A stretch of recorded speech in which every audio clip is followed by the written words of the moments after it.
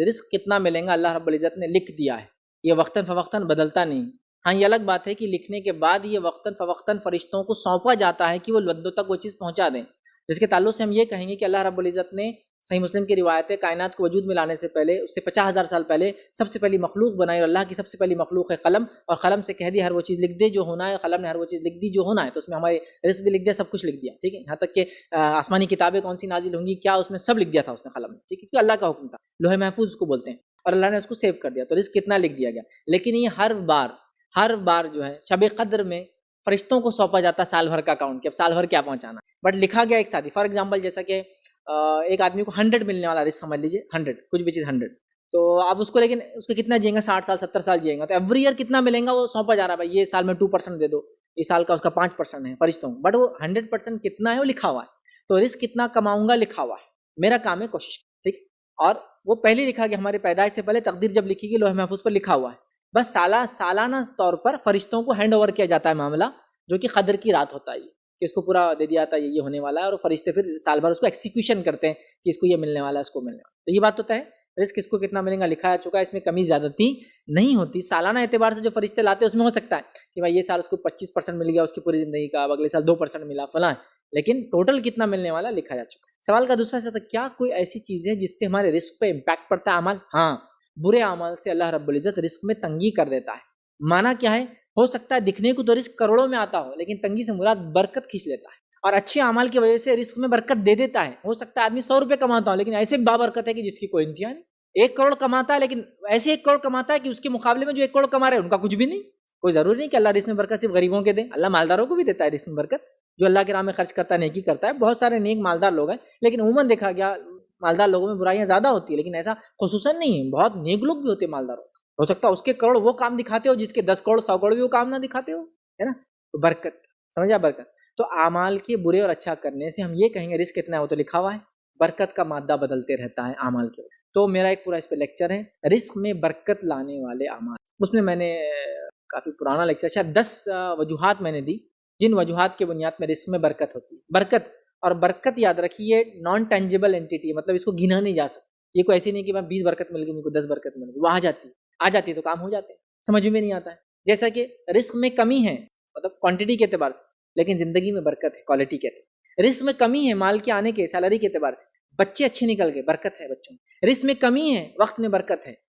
رزق میں کمی سے مراد کوانٹٹی آف رزق بول رہا ہوں، ایسا کہ 5,000 روپے کما رہا مہینے کا لیکن خوش رہتا ہے، یار میں 50,000 کما کے پریشان ہوں، سر پیٹ لے رہا ہوں، دیوار پہ مار لے رہا ہوں روز، ایسا ہوتا ہے بھائی، میں نے لوگوں کو دیکھا 50,000 کما کے پریشان، بینک ڈوب جا رہے، اب کیا کروں آج کل تو ایسی حالت ہے کہ بینک ڈوب جا رہے، پہلے سنتے تھے بھائی فائنینشیل انسٹیٹیوٹ ڈوب جا رہے، اسکیمز ڈوب جا رہے، فراڈ لوگ یہ کر دے رہے، اب تو بینک ہی ڈوب جا رہے، ہے نا، تو بینک میں رکھ کے پریشان، گھر پہ رکھ کے پریشان، چوری ہو جائیں گے بولتے فلاں پریشان، کتنا کمایا بیماریوں میں چلے، کتنا کمایا بچے بگڑے نکلے، وہ جناب نے 5,000 روپے مہینہ کمایا، خوشی سے رہتے، یار خوش رہتے، اس سے بڑی کوئی نعمت ہی نہیں ان کے پاس، زندگی میں برکت ہے، اولاد میں برکت ہے، بیمار نہیں ہوتے، بیوی سے تعلقات اچھی، یار کیا زندگی، تو برکتیں سمجھ نہیں آتی، ماپی نہیں جا سکتی ہوتی، تو رزق کتنا کمائیں گے فکس، اب اعمال اچھے اور برے اس کی برکت کو لاتے یا ختم کر دیتے، جس کے نتیجے میں آپ بولیں گے رزق کی کمی یا رزق کی زیادتی اعمال پہ ڈیپینڈ ہے، لیکن وہ رزق تو کتنا ہے وہ تو تقدیر میں ہے، یہ برکت کے اعتبار سے اب کیا ہوں گا کمی اور زیادتی ہوں گی، تو لہٰذا ایک مومن کا کام ہے وہ رزق حلال کے لیے کوشش کرتا جائے، اچھی نیکیاں کرتا جائے، رب کو راضی کرتا جائے، اور جو ملا اس میں خوش رہتا جائے،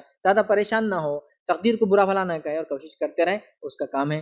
کم ہوں گا وہ نیک تھا، اللہ برکت دے دے گا، وہ کم بھی بہت بہت زیادہ ہو جائیں گے، وہ انسان برا تھا، بہت بھی دیا اللہ نے تو اس کو کچھ کام آنے والا نہیں ہے، تو انسان کے اعمال سے رزق پہ فرق پڑتا ہے برکت کے اعتبار سے، ورنہ تقدیر میں کتنا کمائیں گا وہ فکس لکھ دیا چکا ہے ہماری پیدائش سے پہلے، بس سال کو سال فرشتوں کو ہینڈ اوور کیا جاتا ہے کہ بھائی کیا اس کو سال میں کیسے اور کیسے۔ حلال انہی مثال ایسی ہے جیسا آپ کی گاڑی کی چابی، پوری گاڑی بھی کھڑے اور چابی گم جائے تو گاڑی کو لے کے کچھ نہیں کر سکتے، ہاں اس کو کریٹ میں اٹھا کے لے جا سکتے، اسٹارٹ اسی سے کچھ بھی نہیں ہوں گی ایکٹیویٹی اگر وہ چالو نہیں، خود کی گاڑی کی چابی گاڑی میں بھول گئے تو باہر سے دیکھنا پڑتا ہے اس کو، چونکہ اگر کانچ توڑنے کی کوشش کرو تو چور بول کے لوگ آپ کو ہی ماریں گے، وہ کیز جیسے امپورٹنٹ ہوتی ہے کار میں، حلال روزی بھی پورے مومن کے پورے معاملات کو چلا سکتی ہے، اگر اس میں گڑبڑ ہوتی عبادتیں خلاص، نمازیں قبول نہیں ہوتی، روزہ قبول نہیں ہوتا، حج قبول نہیں ہوتا، عمرہ نہیں ہوتا، زکوٰۃ قبول، صدقہ قبول نہیں ہوتا، خیرات قبول نہیں ہوتا، فنش۔ تو حلال یہ سب سے پہلا ایمنٹ ہے، یاد رکھیے اللہ تعالیٰ نے اس شریعت میں انسانوں اور جانوروں کو یہ چھوٹ ہے کہ کہیں سے بھی کھائے اور کچھ بھی کھائے، کبھی کبھار آپ کے آ کے کھیت میں بھی منہ ڈال دیتے،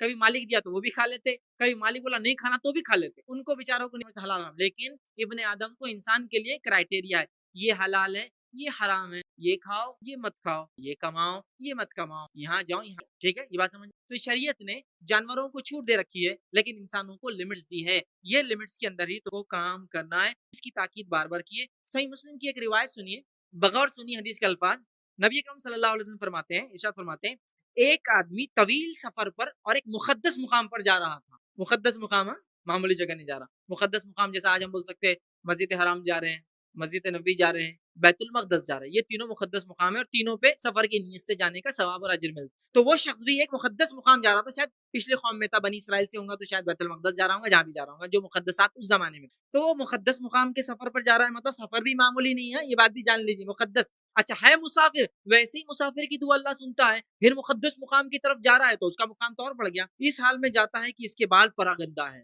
اور اتنا سفر سے تھک چکا ہے، بال پورے پھیلے ہوئے ہیں، بکھر گئے، پراگندہ ہیں، جسم کے کپڑے غرد غبار دھول مٹی میں پورے بھرے ہوئے ہیں، وہ آسمان کی طرف ہاتھ اٹھاتا ہے اور دعا کرتا ہے، وہ بس دعا کرتا ہے، مسافر ہے، مقدس مقام کی طرف جب دعا کرتا ہے اور تو اللہ فرماتا ہے کہ میں اے بندے تیری دعا کیسے سنوں، تیرا کھانا حرام، تیرا پہننا حرام، تیری پرورش حرام پہ ہوئی، اے میرے بندے میں تیری کیسے تو مقدس مقام پہ جا رہا ہے، تو مسافر ہے، مصیبت میں ہے، لیکن میں تیری کیسے سنوں اے میرے بندے، اس لیے کہ تیرا پہننا حرام، تیرا کھانا حرام اور تیری پرورش حرام۔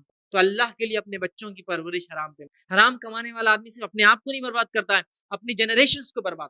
بہت امپورٹنٹ حلال روزی، بہت امپورٹنٹ حلال روزی، بہت امپورٹنٹ حلال روزی، یہ بہت اہم ہے۔ میری نمازیں، روزے، زکوٰۃ، حج سب ڈیپینڈ ہے، سب ڈیپینڈ ہے۔ ہاں میں حرام کماؤں اور لاکھوں اور کروڑوں صدقہ کروں، پھوٹی کوڑی کا جنہ ایک نیکی نہیں لکھی جائے چونکہ حرام کی وجہ سے، تو یہ بات یاد رکھ لیجئے، حلال کما۔ اسی طرح حدیث میں الفاظ بحقی میں روایت ہے، وہ گوشت اور خون جو حرام پر پرورش پائے اس کا ٹھکانہ جہنم کی آگ ہے، وہ گوشت اور خون جس کی پرورش حرام پر ہو اس کا ٹھکانہ جہنم۔ تو اپنے گوشت اور خون کو حرام پہ مت پلنے دیجیے، اپنی انکم کو بہت لمٹ کیجیے۔ حرام کمانے کی ایک وجہ میں سے ایک وجہ اور اہم وجہ یہ ہے ضرورت کی چیزوں کا سٹینڈرڈ معلوم نہیں ہے، ہر چیز ضرورت کی ہے تو لاؤ بس، اور حرام کماؤ اور لاؤ خرید کر۔ تو بہرحال حلال کماؤ، حلال میں جو آتا ہے وہ تمہارا ہے، حرام سے بچنا بے حد زیادہ ضروری ہے۔ ایک مسلمان کے لیے ضروری ہے کہ وہ جو کچھ حاصل کرتا ہے استعمال کے لیے، کھانے پینے کے لیے، وہ حلال سے ہو، ورنہ اللہ رب العزت جو ہے اس کی کسی چیز نہیں کرے گا۔ آئیے ایک روایت سنیے، رافع رضی اللہ عنہ فرماتے اور کہتے ہیں، یہ مسند احمد کی روایت ہے،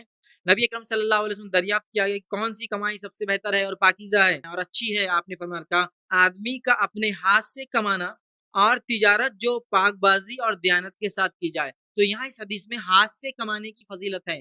آج ہمارے زمانے میں ہاتھ سے کمانے کو انسان بہت بڑا محنت والا کام سمجھتا ہے، یار ہاتھ سے کمانا بہت محنت کا۔ ہاتھ سے کمائے مطلب وہ تجارت جس میں ڈائریکٹ ہاتھوں کا انوالومنٹ ہوتا ہے، اس میں آپ بالکل بیسک سے جانتے حلال ہے، جو مینوفیکچر ہو کے آگی تو آپ کو نہیں پتا کیسا ہوا، اشیاء استعمال کیسی نہیں پتا، لیکن جب آدمی ہاتھ سے کرتا ہے ہر چیز کو پتا ہوتی ہے، تو ہاتھ سے کمائی گئی اس کو بڑھاوا دیا گیا۔ سب سے پہلے سورت قرآن کی سورت الفاتحہ ہے، اور سورہ فاتحہ کی یاد رکھیے بہت بہت بہت فضیلت ہے، اتنی فضیلت ہے کہ جس کی کوئی انتہا نہیں۔ اس سورت کے نام ہی ہمیں بتا دیں گے کہ اس کی فضیلت کتنی ہے، ٹھیک ہے۔ اس سورت کے ناموں میں سے ایک نام ہے ام القرآن، قرآن کی ماں، ایک نام ہے سبا مثانی، 7 بار بار پڑھی جانے والی آیت ہے، ایک نام ہے قرآن عظیم، مطلب خود سورہ فاتحہ کو بڑا قرآن کہا گیا ہے، اس کا ایک نام ہے سورہ الحمد۔ اسی طرح سورۃ الشکر، سورہ دعا، سورہ شافیہ، سورہ الکافیہ، سورہ کنز، شفا والی، کافی ہو جانے والی، خزانہ، ٹھیک ہے، دعا، تعریف، الحمد، کئی نام اس کے آتے ہیں، ان کے نام ہی خود بتاتے ہیں اس سورت کے کتنے سارے فضائل۔ اور فاتحہ اس لیے کہا جاتا ہے کہ اس سے قرآن شروع ہوتا ہے، فاتحہ افتتاح سے لفظ آتا ہے، اس کا مطلب فتح مطلب کھلنا، اوپننگ، تو چونکہ قرآن اس سے کھلتا ہے اسی لیے اس کو سورہ فاتحہ کہا جاتا ہے، قرآن اس سے شروع ہوتا ہے۔ آئیے اس کی فضائل میں سے ایک فضیلت جو آتی ہے وہ یہ ہے، جامع ترمذی کی روایت ہے، جو حضرت ابی بن کعب رضی اللہ عنہ فرماتے اور کہتے ہیں رسول اللہ صلی اللہ علیہ وسلم فرمایا کہا، اس ذات کی قسم جس کے ہاتھ میں میری جان ہے، سورۃ الفاتحہ جیسی سورت نہ تو توریت میں نازل کی گئی، نہ تو انجیل میں نازل کی گئی، نہ زبور میں نازل کی گئی۔ یہ 7 آیتیں ہیں جو بار بار پڑھی جاتی ہے، یہی قرآن عظیم ہے اور جو مجھے دیا گیا ہے۔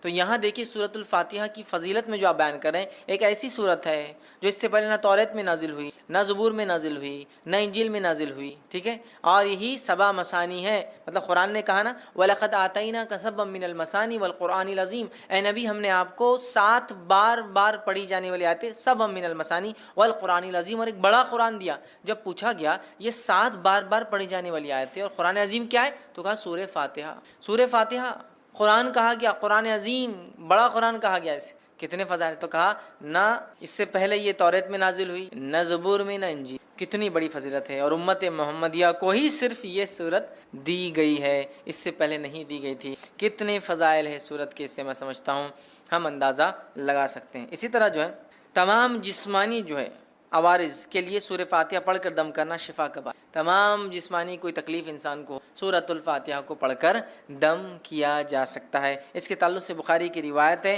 ابو سعید خدری رضی اللہ عنہ فرماتے ہیں اور کہتے ہیں کہ ہم لوگ جو ہے سفر میں تھے اور ایک جگہ جو ہے پڑاؤ ڈالا تو ایک لڑکی آئی اور کہنے لگی اس قبیلے کے سرداروں کو بچھو نے جو ہے کاٹ لیا ہے، کیا آپ میں سے کوئی ہے جو اس کو جھاڑ پھونک کرے گا، بچھو کے زہر کو اتارے گا؟ پڑھنے سے، رقیہ کرنے سے، کسی چیز کو دم کرنے سے بچھو کا زہر کیسے اترتا ہے؟ کوئی آدمی سوچ سکتا نا؟ اور حدیث میں آتا ہے کہ بچھو کا زہر سورہ فاتحہ سے اتارا گیا، ٹھیک ہے، بہرحال میں حدیث رکھتا ہوں پھر اس کی تفصیلات سمجھاتا ہوں۔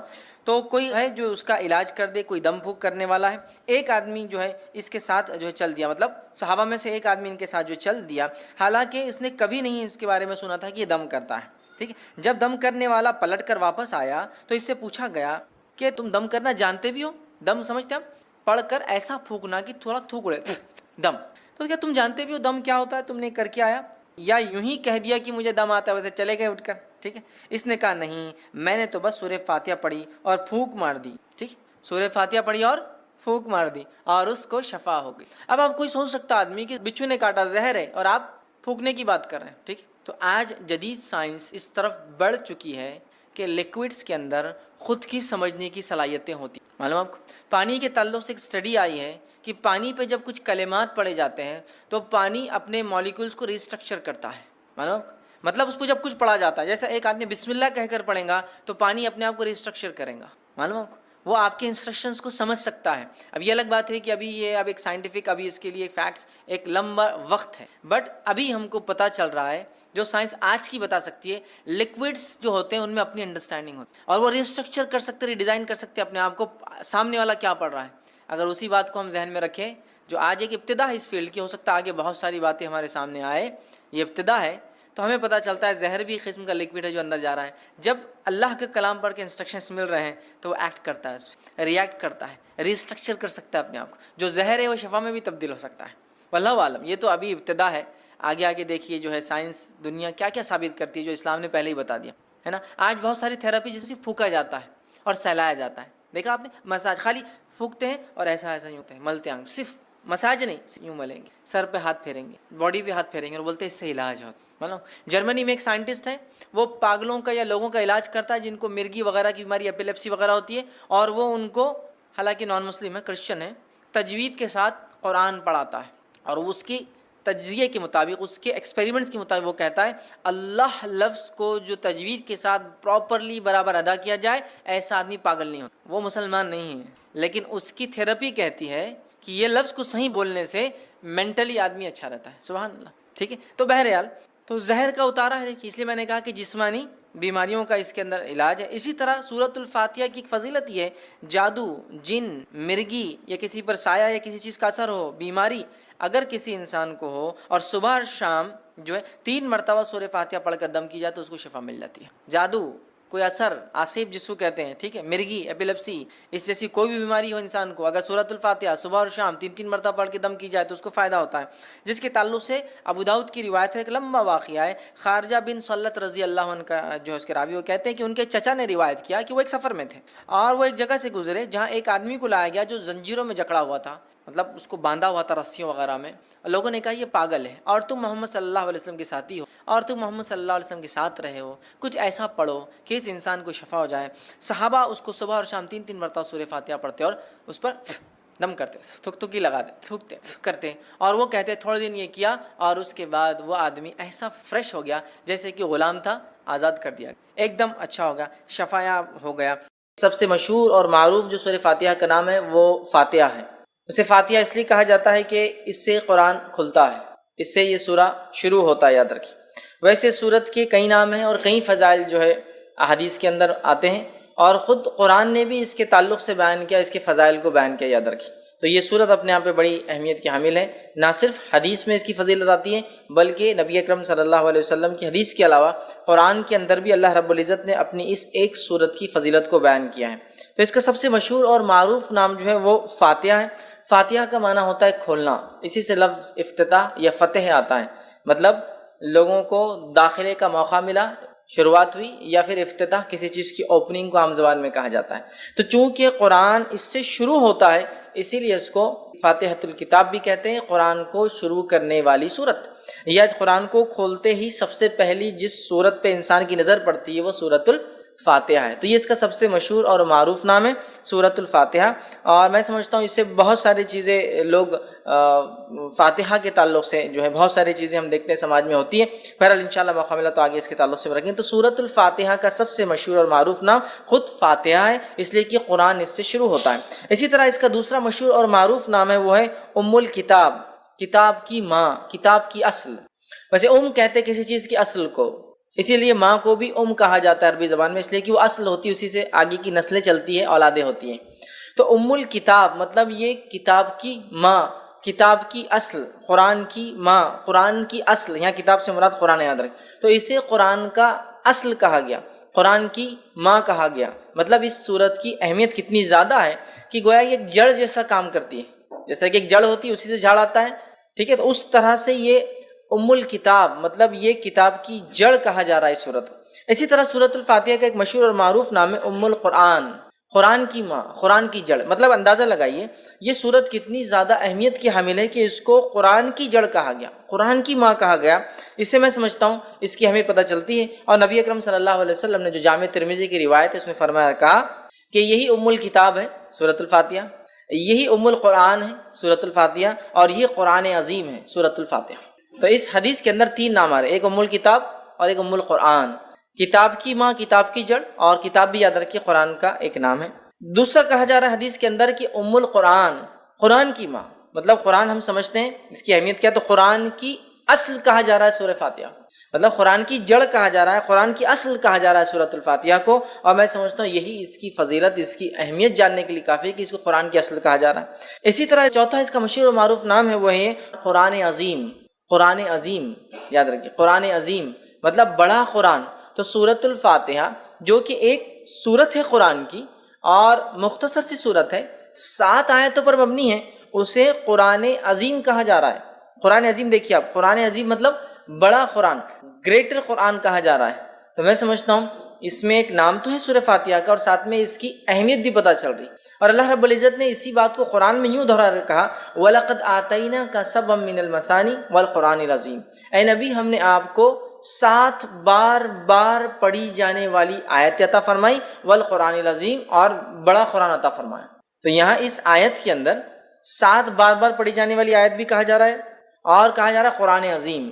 ٹھیک ہے، قرآن خود قرآن عظیم مطلب سورۃ الفاتحہ یہ بڑی عظمت والی صورت ہے، یہ بڑی اہمیت والی صورت ہے کہ اسے ام الکتاب کہا گیا، ام القرآن کہا گیا، قرآن عظیم کہا گیا، بڑا قرآن کہا جا رہا ہے. اسی طرح اس کا ایک مشہور اور معروف نام ہے وہ یہ ہے کہ سبع مثانی. سبع مثانی کا معنی 7 بار پڑھی جانے والی آیتیں. تو سبع مثانی بھی اسے کہا جاتا ہے اس لیے کہ اس کو بار ہم پڑھتے ہیں، ہر نماز میں ہم پڑھتے ہیں. نماز چاہے کسی قسم کی ہو، سورۃ فاتحہ اس کے اندر شامل ہے. آپ سفر میں پڑھ رہے ہو، سورہ فاتحہ شامل ہے. آپ قصر کر رہے ہو، سورہ فاتحہ شامل ہے. آپ جنگ کے میدان میں صلاۃ الخوف مطلب خوف کی حالت میں پڑھ رہے ہو تو بھی سورہ فاتحہ شامل ہے. مطلب کوئی بھی نہ ہو، چاہے آپ نفل پڑھ رہے ہو تو بھی سورہ فاتحہ ہے، چاہے آپ فرض پڑھ رہے ہو تو بھی سورہ فاتحہ ہے، موقعہ پڑھ رہے ہو تو بھی سورہ فاتحہ، تہجد پڑھ رہے تو بھی سورہ فاتحہ، کوئی بھی نماز ہو. ٹھیک، اور بار پڑھی جاتی ہے، ریپیٹنگ جس کو کہیں گے، بار پڑھی جانے والی 7 آیتیں.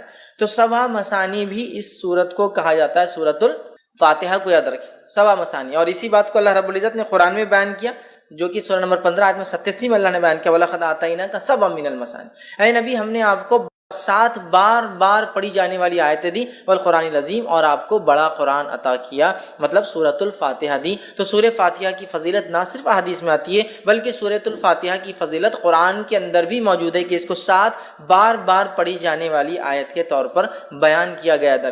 تو اس سورت کی یاد رکھی بڑی فضیلت ہے، بڑی اہمیت ہے. اس کے نام خود بتا رہے کہ اس کے کتنے فضائل ہیں، اور نام جو دیے گئے اس کی وجوہات بتا رہی ہے کتنی عظیم یہ صورت ہے. تو سبع مثانی، 7 بار بار پڑھی جانے والی آیت ہے مطلب سورۃ الفاتحہ۔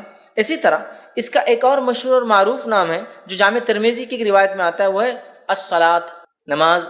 مطلب سورہ فاتحہ کو صلاۃ، نماز بھی کہا جاتا ہے۔ ٹھیک، آپ کہیں گے کیسے؟ تو آئیے جامع ترمذی کی روایت ہے، نبی اکرم صلی اللہ علیہ وسلم فرمایا، حدیث کے الفاظ دیکھیے اس طرح سے کہ نبی اکرم صلی اللہ علیہ وسلم فرماتے، اللہ فرماتا ہے، مطلب حدیث قدسی ہے کہ میں نے نماز کو اپنے اور اپنے بندے کے بیچ میں آدھا آدھا بانٹ لیا ہے۔ میں نے نماز کو اپنے اور اپنے بندے کے بیچ میں بانٹ لیا ہے، تقسیم کر دیا ہے۔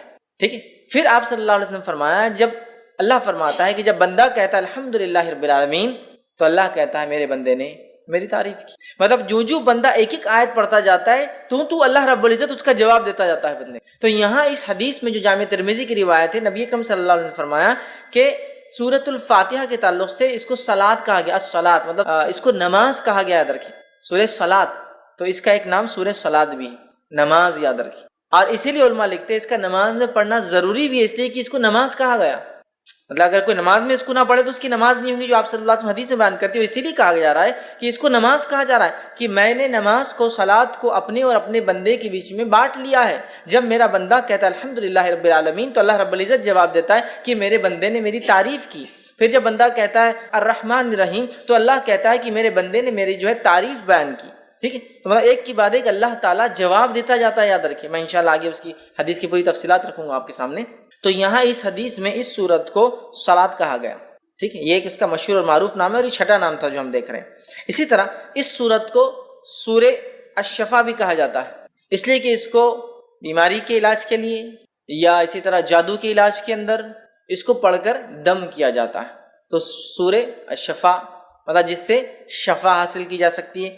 یا اس کا ایک اور نام جو کہ ایک 8واں مشہور معروف ہے، سورۃ الرقیہ، اسے رقیہ بھی کہا جاتا ہے۔ کیوں رقیہ کہا جاتا ہے؟ اس کے پیچھے ایک طویل واقعہ ہے، اس کا بس مختصر رکھتا ہوں۔ واقعہ یوں ہے کہ صحابہ فرماتے ہیں کہ ایک مرتبہ صحابہ کی ایک جماعت جو کہ 30 لوگوں کے قریب صحابہ تھے، وہ ایک گاؤں، ایک بستی میں گئے۔ اس بستی میں جانے کے بعد ہوا یہ کہ انہوں نے کھانے پینے کے لیے کچھ مانگا، بستی والوں نے انکار کر دیا چونکہ مسلمان تھے۔ نتیجتاً یہ ہوا کہ ان لوگوں کو بستی سے باہر رکنا پڑا۔ رات کے وقت لونڈی ایک بھاگتے ہوئے آئی اور کہا ہمارے جو آقا ہے، گروپ کا جو سردار ہے، جو لیڈر ہے، اس کو ایک بچھو نے کاٹ لیا یا سانپ نے کاٹ لیا، کسی موذی چیز نے، زہریلے جانور نے کاٹ لیا، کیا آپ میں سے کوئی ہے جو جھاڑ پھونک کرے؟ ایک صحابی کہتے ہیں میں جانتا ہوں۔ سارے لوگ تعجب کرنے لگے کہ یہ کیا جانتا ہے ایسے، ان کو امید نہیں تھی۔ وہ گئے اور جا کر سورہ فاتحہ پڑھ کے دم کر دی اور اس کو شفا ہو گئی۔ اس نے کچھ بکریاں، روایت میں آتا 30 بکریاں، چونکہ 30 صحابہ تھے، اور اس کے ساتھ ساتھ کچھ دودھ بھیج دیا، کافی دودھ بھیجا کہ یہ لوگ پیے کریں۔ تو لوگوں نے کہا ٹھیک ہے، بکریوں کا معاملہ ابھی ہم طے نہیں کرتے، جب مدینہ جائیں گے تو نبی اکرم صلی اللہ علیہ وسلم سے حالات بیان کریں گے، کیا ہوا کیسے ہوا، پھر دیکھا جائے گا اس کا مسئلہ۔ نبی اکرم صلی اللہ علیہ وسلم سے جب بات بیان کی، آپ نے ان صحابی کو بلایا، کہا ادھر آؤ۔ وہ صحابی آئے تو کہا تمہیں کیسے پتا سورہ فاتحہ رقیہ ہے؟ ٹھیک ہے، تمہیں کیسے پتا سورہ فاتحہ رقیہ؟ اور یہ صحابی سے جب دوسرے صحابہ نے تبھی پوچھا تھا، جب وہ پڑھ کر آئے تھے تو پوچھا کیا پڑھا؟ تو کہا سورہ فاتحہ پڑھا میں نے۔ تو کہا تمہیں کیا پتا ہے؟ تو مجھے نہیں پتا، بولے اس کا علاج کیا؟ میں نے سورہ فاتحہ پڑھا، اس کو فائدہ ہو گیا۔ تو یہاں نبی اکرم صلی اللہ علیہ وسلم دیکھیے حدیث کے اندر الفاظ ہے کہ کہا تمہیں کیسے پتا چلا کہ یہ سورت رقیہ ہے، پڑھ ریمیڈی ہے، دم کی جانے والی چیز ہے؟ تو اوپر آ رہا کیور ہے، شفا ہے، رقیہ ہے، ریمیڈی ہے، دم کرنے والی چیز ہے۔ تو سورۃ الفاتحہ کی فضیلت بھی بہرحال آ رہی ہے اور اس کا نام بھی بہرحال اس کا پتہ چل رہا ہے۔ تو سورہ جس کو کہیں گے شفا یا شافیہ، یا اسی طرح سورہ رقیہ، مطلب وہ سورت جس کو پڑھ کر دم کیا جاتا ہے۔ اسی طرح اس کا ایک مشہور اور معروف نام ہے الحمد۔ سورۃ الفاتحہ کا ایک معروف نام ہے الحمد۔ ٹھیک، چونکہ عموماً ہم دیکھتے ہیں بہت ساری صورتوں کو ہم ان کے اصل نام سے نہیں پہچانتے ہیں بلکہ ان کی ابتدا سے پہچانتے ہیں۔ سورہ تبارک الذی ہے نا، سورہ تبارک الذی، مطلب ہم اس کو اصل نام سے وہ نہیں کرتے ہیں۔ سورہ ملک، سورہ تبارک الذی، ٹھیک ہے۔ سورہ قل، مطلب عمومی اعتبار سے قل بولے تو قل واللہ احد ہوتا ہے نا۔ تو اس طرح سے ہم نام دیتے ہیں، لیکن اس کا نام اگر دیکھا جائے تو الحمد بھی ایک مشہور نام ہے، جیسا کہ الم ترا، سورہ فیل ہے نا، لیکن الم ترا سے مشہور ہے، تو ایسا سورہ الحمد ہے نا، الحمد یہ بھی اس کا ایک نام ہے۔ اسی طرح کچھ علماء لکھتے ہیں اس کا ایک نام کنز بھی ہے، کنز مطلب خزانہ، اور کنز اس خزانے کو کہتے ہیں جو دبا ہوا اور چھپا ہوا ہوتا ہے، مطلب اوپن نہیں ہوتا ہے، کلیئر نہیں، سامنے نہیں ہوتا ہے، تو کنز بھی کہا جاتا ہے۔ کچھ لکھتے ہیں اس کو سورہ کافیہ بھی کہا جاتا ہے، مطلب یہ ساری صورتوں پر کفایت کر جاتی ہے، لیکن اس پر کوئی صورت کفایت نہیں کرتی، مطلب اگر یہ ہو تو ساری صورتوں پہ کفایت کر جاتی، کافی ہو جاتی ہے، لیکن اگر یہ نہ ہو تو ساری صورتیں کافی نہیں آ سکتی۔ تو بہرحال اس کے کئی نام مشہور اور معروف ہے، جس میں سے 7 8 9 تو بڑے معروف نام ہیں، اور 2 نام میں نے اور بھی رکھے آپ کے سامنے۔ تو بہرحال ان کے نام خود بتا رہے ہیں ان کی فضیلت کیا ہے، اس لیے کہ ہر نام کے پیچھے کچھ واقعہ ہے۔ جیسا رقیہ، تو ارے اسے ایک فضیلت پر چلے، اس کو دم کیا جا سکتا ہے، یہ ایک فضیلت ہے۔ ٹھیک. اور اس کے اندر 7 آیتیں ہیں، یاد رکھیے. سورۃ الفاتحہ کے اندر 7 آیتیں ہیں، یاد رکھیے. 7 اس کے اندر ٹوٹل آیتیں ہیں سورۃ الفاتحہ کے اندر. ٹھیک ہے. اور بسم اللہ سے یہ سورت جو ہے شروع ہوتی ہے، یاد رکھیے. ٹھیک ہے. اب اس میں اختلاف ہے کہ بسم اللہ کسی سورت کا حصہ ہوتا ہے یا نہیں ہوتا، یاد رکھیے. ٹھیک ہے. یہ بسم اللہ کسی سورت کا حصہ ہوتا ہے یا نہیں ہوتا ہے، اس میں اختلاف ہے، سوا اس کے کہ جو ایک بار جو ہے جو سلیمان علیہ السلام کا واقعہ آتا ہے، جس میں سلیمان علیہ السلام نے جب خط لکھا تو تب لکھا انہ من سلیمان انہ بسم اللہ الرحمن الرحیم، کہ سلیمان کی طرف سے، اور سلیمان علیہ السلام نے شروع کیا خط اللہ کے نام سے جو بڑا مہربان نہایت رحم کرنے والا ہے. اس کو چھوڑ کر یہ تو آیت کا حصہ ہے، اس کو چھوڑ کر یاد رکھیے بسم اللہ کے تعلق سے اختلاف ہے کہ آیت ہے یا نہیں ہے. اور بسم اللہ یہ ایک واحد ایسی آیت ہے یا ایسا حصہ ہے قرآن کا جس کو نہ ماننے پر کوئی انسان کافر نہیں ہوتا. سورہ کی ابتدا میں، بیچ میں نہیں. جب بیچ میں آ جائیں گا تو پھر تو ماننا لازم ہوا، جو ایک ہی جگہ آتا ہے. ٹھیک ہے. بسم اللہ الرحمن الرحیم 114 مرتبہ قرآن میں آتا ہے، 113 مرتبہ سوروں کے اوپر لگتا ہے اور ایک سورت کے اوپر نہیں لگتا ہے. ٹھیک ہے. اب بسم اللہ کو کیوں آیت مانا نہیں جاتا، کیوں مانا جاتا ہے، اس پہ ایک لمبی بحث ہے. بس میں مختصر ہی سمجھا دوں کہ اس میں خود صحابہ میں اور صحابہ کے بعد علماء کے اندر یہ اختلاف باقی رہا، تابعین تابعین میں، کہ اکثر کا یہ ماننا تھا کہ بسم اللہ الرحمن الرحیم صرف سوروں کے ڈفرینسیشن کے لیے لگایا جاتا ہے، فرق کرنے کے لیے کہ دوسرا سورہ چالو ہو رہا ہے بس. اس وجہ سے اس میں اختلاف ہے کہ آیت ہے یا فرق کرنے کے لیے لگایا جاتا ہے. اور سورہ انفال اور سورہ توبہ کو بہت سارے صحابہ ایک ہی صورت مانتے تھے، جس کی وجہ سے سورہ توبہ کے اوپر بسم اللہ نہیں آتا ہے، کیونکہ پورا واقعہ جنگ سے متعلق ہے، مال غنیمت سے متعلق ہے، جنگ میں کیا کرنا ہے، یہ ساری چیزیں تفصیلات ڈسکس ہو رہی ہے. سمجھ رہے؟ تو لہٰذا سورہ انفال اور سورہ توبہ کی تھیم ایک ہی ہے، تو بہت سارے صحابہ اس کو ایک ہی صورت مانتے تھے. سورہ انفال سے شروع کر کے سورہ توبہ کے آخر تک ایک ہی صورت مانتے تھے، اس وجہ سے بیچ میں بسم اللہ نہیں لگاتے تھے. سمجھا؟ تو باقی بھی ان کا کہنا تھا کہ یہ فرق کرنے کے لیے لگایا جاتا ہے. لیکن ایسی کچھ روایتیں ملتی جیسے کہ حدیث کے اندر آتا ہے، نبی اکرم صلی اللہ علیہ وسلم فرمایا، صحیح مسلم کی روایت آپ نے فرمایا، مجھ پر ابھی ایک سورت نازل ہوئی. صحابہ بیٹھے تھے، صحابہ نے کہا کون سی سورت؟ تو آپ صلی اللہ علیہ وسلم فرمایا بسم اللہ الرحمن الرحیم، اور آپ نے اس کے بعد سورت کو تلاوت کی، انا اعطیناک الکوثر، یہ سورۃ الکوثر تلاوت کی. تو یہاں پڑھا بسم اللہ الرحمن الرحیم انا اعطیناک الکوثر. سمجھ رہے ہیں؟ تو یہاں بسم اللہ آپ نے لگا دیا. تو کچھ علماء لکھتے ہیں بسم اللہ حصہ ہے اور ہر سورت سے پہلے پڑھنا چاہیے، کچھ نے کہا نہیں ہے. لیکن سورہ فاتحہ کے اندر جمہور کا یہ قول ہے، جمہور علماء کا یہ قول ہے کہ یہ جو ہے اس کا حصہ ہے سورہ فاتحہ کے حد تک، چونکہ اگر بسم اللہ کو نہ پڑھا جائے تو پھر 6 آیتیں بچتی ہیں. سمجھے؟ تو ان کا قول یہ ہے، لیکن اس کو جہر میں نہیں پڑھا جائے گا، سر میں پڑھا جائے گا. آیت کا حصہ تو ہے لیکن اس کو جہر میں نہیں پڑھا جائے گا، سر میں. کیوں جہر میں نہیں پڑھا جائے گا اور سر میں پڑھا جائے گا؟ تو اس تعلق سے یہ دیکھا گیا کہ بہت سارے صحابہ اس کو جہر میں نہیں پڑھتے تھے، اور خلفائے راشدین بھی چاروں بھی اس کو جہر میں نہیں پڑھتے تھے. لہٰذا اکثریت نے نہیں پڑھا، لیکن کچھ قیرتوں کے اندر بسم اللہ بھی پڑھا جاتا، جیسے مدینے کے اندر پڑھا جاتا تھا، مکے میں نہیں پڑھا جاتا تھا. بہرحال اس کے بعد بہت سارے علاقوں میں پڑھا گیا، بہت سارے منی، اور آج بھی ہم دیکھتے ہیں بہت ساری جگہ آپ دیکھیں گے جب بسم اللہ کو پڑھیں گا خالی تو بسم اللہ الرحمن الرحیم الحمدللہ سے کریں گا، لیکن بہت ساری جگہ نہیں. بہرحال تو اس میں بھی اختلاف ہے کہ جہر میں پڑھا جائے نہ پڑھا جائے، لیکن بات ثابت ہے کہ خاموشی میں بھی اس کو پڑھا جا سکتا ہے. تو یہ حصہ ہے سورہ فاتحہ کا، لیکن اس کو جہر میں نہیں پڑھا جائے گا. بسم اللہ الرحمن الرحیم امام دل میں پڑھیں گا، الحمدللہ رب العالمین، اس کے بعد سے اس کو جہر میں پڑھیں گا، جہاں جہری نماز ہے اور سرجہ نماز ہے تو وہاں تو سوال ہی نہیں آتا. ٹھیک ہے.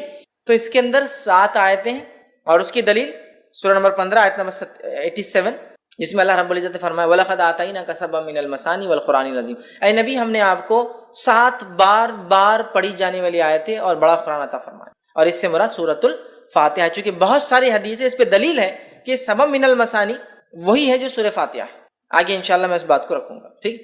تو اس میں ٹوٹل 7 آیتیں سورۃ الفاتحہ کے اندر. ٹھیک ہے. اور اس کو بار بار پڑھا جاتا ہے، 7 بار پڑھی جانے والی آیتیں.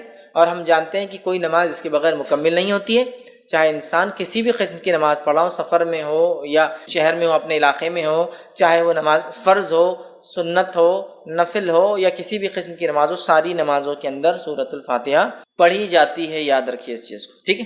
تو اس کے اندر 7 آیتیں ہیں. اسی طرح اس کی فضیلت میں جو بات آتی ہے وہ یہ ہے کہ مسند احمد کی روایت ہے، نبی اکرم صلی اللہ علیہ وسلم کے تعلق سے ایک واقعہ یوں آتا ہے کہ ایک صحابی فرماتے ہیں، ابو سعید معلّہ رضی اللہ عنہ فرماتے ہیں کہ میں نماز پڑھ رہا تھا، رسول اللہ صلی اللہ علیہ وسلم نے مجھے کہا کہ میرے پاس آؤ، لیکن میں نماز میں تھا. میں نے نماز کو مکمل کیا، نماز مکمل کر کے نبی اکرم صلی اللہ علیہ وسلم خدمت میں حاضر ہوا، آپ کو سلام کیا. تب نبی اکرم صلی اللہ علیہ وسلم پوچھا جب میں نے تمہیں پہلے آواز دی تھی تم نے جواب کیوں نہیں دیا؟ تو انہوں نے کہا اللہ کے رسول صلی اللہ علیہ وسلم میں نماز کی حالت میں تھا، نماز پڑھ رہا تھا. تو کہا کیا تم نے اللہ کا یہ احکام نہیں سنا کہ جب رسول اللہ صلی اللہ علیہ وسلم تمہیں اس چیز کی طرف بلائے جو تمہیں زندگی دیتی ہے، ٹھیک ہے، تو تم اس آواز کو جو ہے جواب دو، واپس آؤ۔ تو کہ اللہ کے رسول صلی اللہ علیہ وسلم میں اس کو نہیں جانتا تھا، میں انشاءاللہ اگلی بار ضرور کروں گا۔ مطلب نبی اکرم صلی اللہ علیہ وسلم اگر کوئی شخص نماز بھی پڑھ رہا ہوتا اور آپ آواز دیتے تو اس شخص کو آپ کی آواز پر آپ کے پاس حاضر ہونا یا موجود ہونا ضروری تھا، یاد رکھیے، نماز توڑ کر۔ یہ بات آ رہی کہ تم کیوں نہیں آتے؟ کہا میں نماز پڑھتا ہوں۔ کہا نماز پڑھتے کیا تم نے یہ نہیں سنا اللہ کا حکم؟ ٹھیک، تو کہا میں اب آئندہ اس بات کو یاد رکھوں گا۔ تو کہا میں تمہیں اس مسجد سے نکلنے سے پہلے جو ہے قرآن کی سب سے بڑی سورت سکھاؤں گا، اس مسجد سے نکلنے سے پہلے قرآن کی سب سے بڑی سورت سکھاؤں۔ اور آپ صلی اللہ علیہ وسلم بات کرتے کرتے آگے جا رہے تھے اور صحابی کہنے لگے مجھے ڈر لگنے لگا کہ اللہ کے رسول صلی اللہ علیہ وسلم مسجد سے باہر نکل جائیں گے اور میرے کو سورت تو نہیں سکھائی سب سے بڑی۔ تو فوراً جب مسجد کے دروازے پر آئی کہ اب نکل جائیں گے، مطلب اس کے اینڈ پر آئے، تو کہا اللہ کے رسول صلی اللہ، آپ نے کہا مجھے آپ قرآن کی سب سے بڑی سورت سکھائیں گے۔ کہا آپ نے بتائیں؟ تب نبی اکرم صلی اللہ علیہ وسلم نے کہا الحمدللہ رب العالمین، یہ قرآن کی سب سے بڑی سورت ہے۔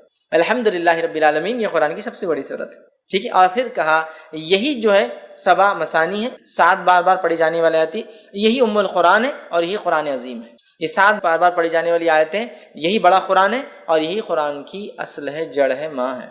سب سے بڑی سورت کا قرآن کس کو؟ سورۃ الفاتحہ کو۔ اس کا نمبر 1 ہونا خود اپنے آپ میں دلیل ہے کہ اس کی کتنی اہمیت ہے سورۃ الفاتحہ کی۔ آئیے دوسرا واقعہ لیتے ہیں، یہ جامع ترمذی کی روایت ہے۔ ابی بن کعب رضی اللہ عنہ جو ہے نماز پڑھ رہے تھے، نبی اکرم صلی اللہ علیہ وسلم نے آواز دی تو انہوں نے جواب نہیں دیا چونکہ نماز پڑھ رہے تھے۔ نبی اکرم صلی اللہ علیہ وسلم دوسری بار آواز دی تو انہوں نے جلدی نماز پڑھنا شروع، اسپیڈ لی، ایک دم تیزی سے، اور جلدی سے سلام پھیرا، نماز جلدی پڑھ کر اور گئے اور سلام کیا اور کہا اللہ کے رسول صلی اللہ علیہ وسلم میں نماز پڑھا۔ تو کہا جب میں نے تمہیں آواز دی تو تم نے مجھے جواب کیوں نہیں دیا، آئی کیوں نہیں؟ تو کہا اللہ کے رسول صلی اللہ علیہ وسلم میں نماز میں تھا۔ تو کہا تم نے کیا اللہ کا یہ احکام نہیں سنا کہ جب اللہ کے رسول تمہیں اس چیز کی طرف بلائے جو تمہیں زندگی دیتی ہے، یہ آیت نہیں سنی؟ تو کہا سنی۔ تو کہا انشاءاللہ میں آئندہ یاد رکھوں گا اور آپ کی آواز آتے ہی میں آ جاؤں گا، ٹھیک۔ پھر اس کے بعد نبی اکرم صلی اللہ علیہ وسلم نے ان سے کہا کہ میں تمہیں ایک ایسی سورت سکھاؤں گا آج مسجد سے نکلنے سے پہلے، جو سورت اس سے پہلے نہ توریت میں نازل ہوئی، نہ زبور میں نازل ہوئی، نہ انجیل میں نازل ہوئی، نہ فرقان میں نازل ہوئی۔ 4 کتابوں کے نام لیا، نہ فرقان میں نازل۔ تو یہ بڑے خوش ہو گئے، کہا بالکل سکھائیے۔ نبی اکرم صلی اللہ علیہ وسلم ان سے ہاتھ ملائے ہوئے تھے، ہاتھ میں ہاتھ، اور نبی اکرم صلی اللہ علیہ وسلم ان کے ساتھ ساتھ چل رہے تھے، ہاتھ میں ہاتھ تھا اور دونوں چل رہے تھے۔ اور آپ صلی اللہ علیہ وسلم نے فرمایا تھا مسجد سے نکلنے سے پہلے تم کو میں جو ہے ایک ایسی سورت سکھاؤں گا جو نہ توریت میں نازل ہوئی، نہ زبور میں، نہ انجیل میں، نہ فرقان میں۔ ابی بن کعب رضی اللہ عنہ فرمانے لگے کہ مجھے اب ڈر تھا کہ اللہ کے رسول صلی اللہ علیہ وسلم مسجد سے باہر نکل جائیں گے اور مجھے بھی سکھائی نہیں وہ سورت۔ تو میں نے کہا اللہ کے رسول ہم مسجد سے بس باہر نکل رہے ہیں، وہ سورت آپ نے نہیں سکھائی۔ تب نبی اکرم صلی اللہ علیہ وسلم نے ان کو فرما کہا قسم ہے اس ذات کہ جس کے ہاتھ میں میری جان ہے وہ سورۃ الفاتحہ الحمدللہ رب العالمین۔ سورۃ الفاتحہ یہ وہ سورت ہے قرآن کی جو اس سے پہلے نہ توریت میں نازل ہوئی، نہ زبور میں نازل ہوئی، نہ انجیل میں نازل ہوئی، اور نہ ہی فرقان میں آپ نے کہا، قرآن میں مطلب اب ہو گئی ہے، اس سے پہلے کبھی نازل نہیں ہوئی تھی۔ ایک روایت میں اس طرح کے الفاظ آتے ہیں کہ ایک آواز نبی اکرم صلی اللہ علیہ وسلم نے ایک مرتبہ سنی، جبرائیل علیہ السلام سے پوچھا یہ آواز کیسی تھی؟ تو کہا آج جنت کا ایک ایسا دروازہ کھولا گیا، آج آسمان کا ایک ایسا دروازہ کھولا گیا جو اس سے پہلے کبھی نہیں کھولا گیا تھا، اور فرشتے سورۃ الفاتحہ لے کر آئے، مطلب اسپیشل آئے، اسپیشل فرشتے آئے، اسپیشل ہوئی ساری چیزیں، سمجھے، جو دروازہ اس سے پہلے کبھی نہیں کھلا۔ تو سورۃ الفاتحہ ایک ایسی سورت ہے جو اس سے پہلے کسی امت کو نہیں دی گئی، یہ اس کی فضیلت ہے، کسی امت کو نہیں دی گئی، یہ سب سے بڑی سورت ہے قرآن کی، کسی امت کو، کسی قوم کو، کسی نبی کو، کسی کو یہ سورت نہیں دی گئی، سورۃ الفاتحہ، ٹھیک۔ اسی طرح اس کے فضائل کے اندر ایک فضیلت یہ آتی ہے کہ نبی اکرم صلی اللہ علیہ وسلم نے 3 مرتبہ، صحیح مسلم کی روایت، 3 مرتبہ کہا اور فرمایا 3 مرتبہ کہا، الفاظ یہ تھے آپ نے کہ جس نے نماز پڑھی اور سورہ فاتحہ نہیں پڑھی اس کی نماز مکمل نہیں، 3 مرتبہ دہرایا، جس نے نماز پڑھی اور اس میں سورہ فاتحہ نہ پڑھی اس کی نماز مکمل نہیں، 3 مرتبہ آپ نے دہرایا۔ ابو ہریرہ رضی اللہ عنہ جو اس حدیث کو روایت کر رہے تھے، لوگوں نے کہا کہ ابو ہریرہ امام کے ساتھ بھی؟ تو کہا امام کے ساتھ بھی، جب امام کے ساتھ ہو تو اپنے جی میں پڑھ لیا کرو، جب امام ہو خیرت کر رہا ہو تب، تو کہا اپنے جی میں پڑھ لیا کرو، دل میں پڑھ لیا کرو پھر، لیکن تب بھی پڑھنا ہے تم کو، ٹھیک ہے۔ اس کے بعد جو ہے ابو ہریرہ رضی اللہ عنہ فرمایا اس صورت کو اتنی اہمیت اس لیے دی جا رہی ہے کہ میں نے اللہ کے رسول صلی اللہ علیہ وسلم کہتے ہوئے سنا کہ اللہ نے نماز کو اپنے اور اپنے بندے کے بیچ میں بانٹ لیا ہے، کہ میں نے نماز کو، اللہ فرما رہا ہے، اپنے اور اپنے بندے کے بیچ میں بانٹ لیا ہے۔ اور پھر الفاظ ہیں جب بندہ کہتا ہے الحمدللہ رب العالمین تو اللہ جواب دیتا ہے بندے نے میری جو ہے تعریف۔ پھر جب بندہ کہتا ہے الحمدللہ رب العالمین الرحمن الرحیم، کہ بڑا مہربان نہایت رحم والا، یہ الفاظ ادا کرتا ہے تو اللہ تعالیٰ جواب دیتا ہے میرے بندے نے میری حمد بیان کی. ٹھیک. اس کے بعد جب بندہ کہتا ہے مالک یوم الدین تو اللہ کہتا ہے میرے بندے نے میری حمد بیان کی. ٹھیک ہے. اس کے بعد جب بندہ کہتا ہے ایاک نعبد و ایاک نستعین تو اللہ کہتا ہے یہ میرے اور میرے بندے کے بیچ میں ہے، جو میرا بندہ مانگے گا میں اس کو وہ دوں گا. یہ میرے اور میرے بندے کے بیچ میں ہے، یہ میرے اور میرے بندے کے بیچ میں ہے. اسی لیے علماء لکھتے ہیں کہ سورۃ الفاتحہ کو 3 حصوں میں تقسیم کیا جا سکتا ہے. پہلا اللہ کی حمد و ثنا تعریف، بسم اللہ الرحمن الرحیم الحمدللہ رب العالمین الرحمن الرحیم مالک یوم الدین تعریف. ٹھیک. اس کے بعد یہ آیت ایاک نعبد و ایاک نستعین تو پہلی 4 آیتیں اللہ کی تعریف، 5ویں آیتیں اللہ اور بندے کے بیچ میں آدھا ہے. حدیث کے الفاظ بھی یہ میرے بندے اور میرے بیچ میں ہے اور میرے بندے نے جو مانگا میں اسے دوں گا. بیچ میں تو علماء لکھتے ہیں بیچ میں مطلب اس میں دونوں باتیں. اے اللہ ہم تیری ہی عبادت کرتے ہیں اور تجھی سے مدد طلب کرتے ہیں. تو آدھی آیت اللہ کے لیے آدھی بندے کے لیے ہوئی. اپنا تیری عبادت کرتے ہیں تجھی سے مدد طلب کرتے ہیں. ٹھیک. اہدنا الصراط المستقیم صراط الذین انعمت علیہم غیر المغضوب علیہم ولا الضالین یہ پورا بندہ دعا کر رہا ہے. تو پہلی 4 آیتیں اللہ کی تعریف، 5ویں آیتیں بندے اور اللہ کے بیچ میں اور باقی کی 2 آیتیں بندے نے اپنی دعا کی. تو 3 حصوں میں تقسیم کرتے ہیں، اللہ کی حمد و ثنا، اللہ اور بندے کے بیچ اور بندے نے اپنی دعا کی. ٹھیک. تو یہاں اللہ کہتا ہے یہ میرے اور میرے بندے کے بیچ میں ہے، میرے بندے کو وہ دوں گا جو اس نے خواہش کی ہے، جو اس نے مانگا ہے.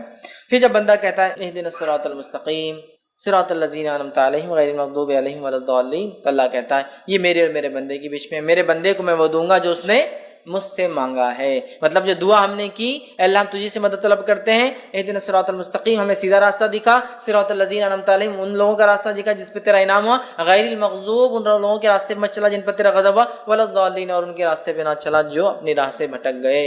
آمین ہم کہتے ہیں. تو بندہ اللہ کہتا ہے میرے بندے نے جو مانگا میں اسے دوں گا. ٹھیک ہے. تو اسی لیے اس کا پڑھنا ابو ہریرہ رضی اللہ عنہ فرماتے ضروری ہے نماز میں. کیوں کہ نماز کہا گیا کہ اللہ نے نماز کو اپنے اور اپنے بندے کے بیچ میں آدھا آدھا بانٹ لیا ہے، یاد رکھیں. ٹھیک ہے. اسی طرح دیکھتے ہیں ہم کہ سورۃ الفاتحہ کی ایک فضیلت جو ہم دیکھ چکے ہیں، صحیح مسلم کی روایت ہے کہ یہ رقیہ ہے، اس کو دم کیا جا سکتا ہے نا. اس میں شفا ہے، جیسا کہ جادو ہو جائے ٹھیک ہے تو اس کو پڑھا جا سکتا ہے.